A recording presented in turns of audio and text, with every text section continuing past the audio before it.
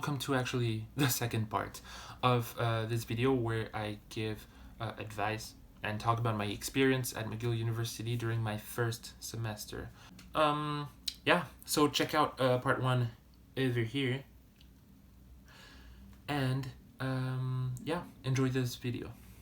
Also, because this is part 2 of video, I have to remind people to subscribe to my channel. Yes, I am Martin Gallois, a student at McGill University studying physics, currently in my 4th year, and I'm talking about my experience at McGill University, trying to give advice and also vlogging about my life as a student. So if you're interested in that, and I hope you are, you can subscribe right now to my channel and watch the different videos on different subjects of McGill University or my funny vlogs.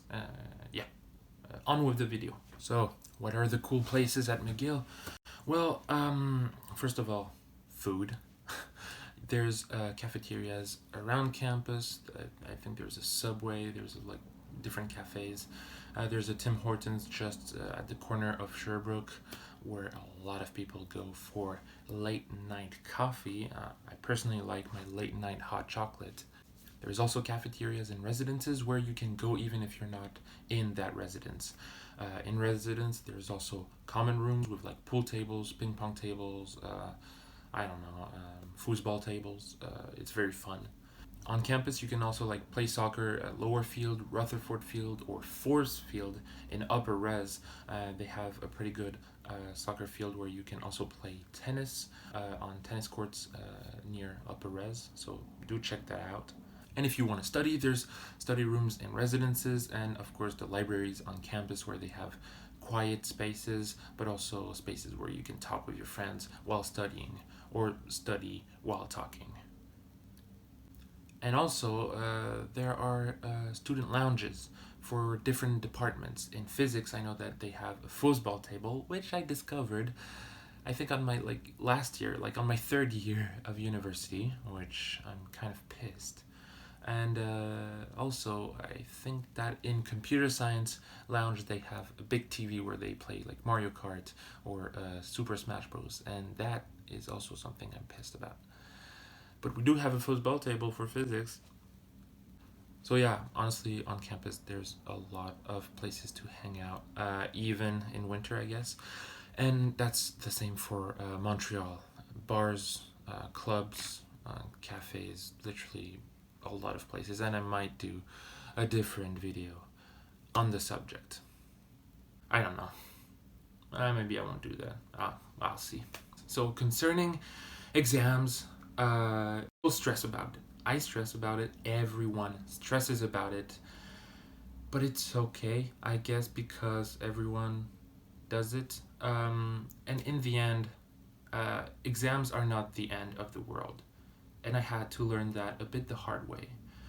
So coming from France, we didn't really have midterms back then. In high school, we just had like continuous small tests every 2 weeks, 3 weeks, worth 10 to 15%, and homeworks and stuff like that. So it was okay. But first semester at McGill, I discovered midterms, which are basically exams during the middle of the term, and that's why they're called midterms. Well done, Martin. It's usually around the end of October, beginning of November, and you can literally have them all in 1 week. That's literally what happened with me first semester. I had 2 of them on Halloween, so yeah, that wasn't the best.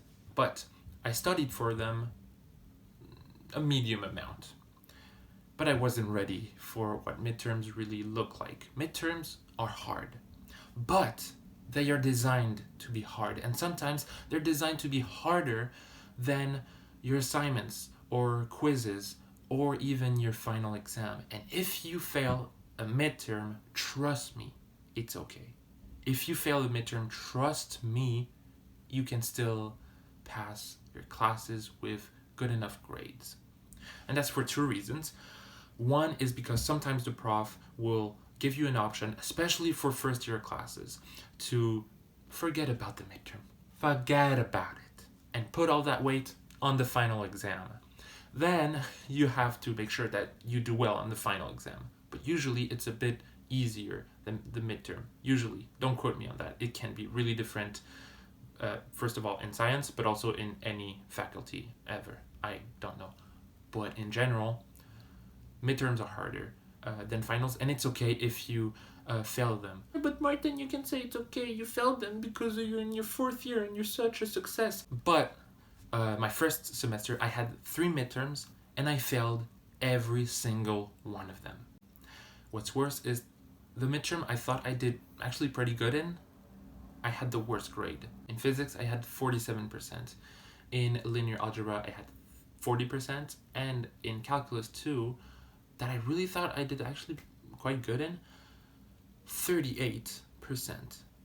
But I passed all of the classes. I think I had a B plus in calculus 2, and I think a B in physics 141 and linear algebra. Not amazing grades, but still good grades according to me and my standards. And that's also something I actually wanted to address. You'll have different standards maybe going into university, because high school and university are different, and I know that my standards lowered tremendously. In high school, I used to have like around 80% on average. It's also French system, so like it's not in percentage, and like no one really gets above 90%, especially on the final exam. But anyways, I had to lower expectations, especially after midterms and for finals. I realized that this shit was hard. And sometimes I was literally in a mental state of, I need to just pass the class. If I pass the class, it's okay. Bad GPA or bad grade, but at least I passed the class, because like my worst fear would be to fail a class and having to take it again. And that moves every class afterwards. Like it moves, your schedule is just that. In the end, it was okay. I studied for the finals and I had good grades in all my classes. But do not go into your first semester of university thinking that your grades will be the same or just a bit lower than in high school. They might change tremendously, and it's still okay because it's a different environment, and you'll have to have different expectations or work a whole lot more than in high school.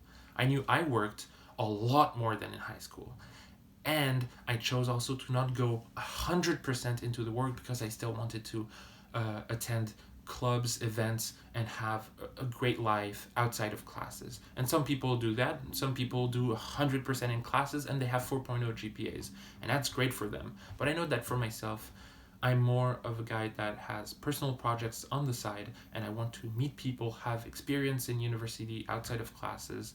So for me, that's okay to have a bit worse grades, even though I think I have a pretty good GPA in general. This video has gone long enough, but I think it can be very helpful if you're an up-and-coming student at McGill University, or actually a new student in any university. I'm talking about McGill because that's what I know, and that's probably why you're watching. But you can also show this video to a friend who's going to a new university and doesn't really know what to expect. In general, in summary, I would say prepare to study more, prepare to fail, and it's okay, even on midterm exams, but also try different stuff, try new stuff, go to different clubs, events, meet new people in residence, at university, outside of the university, try out stuff in your city also. Like Montreal is a great city, and I'll talk about it in another video, yes, again. And with that said, I need to drink because my mouth is dry with all the talking. But that's it for today. I'll see you very soon with another video.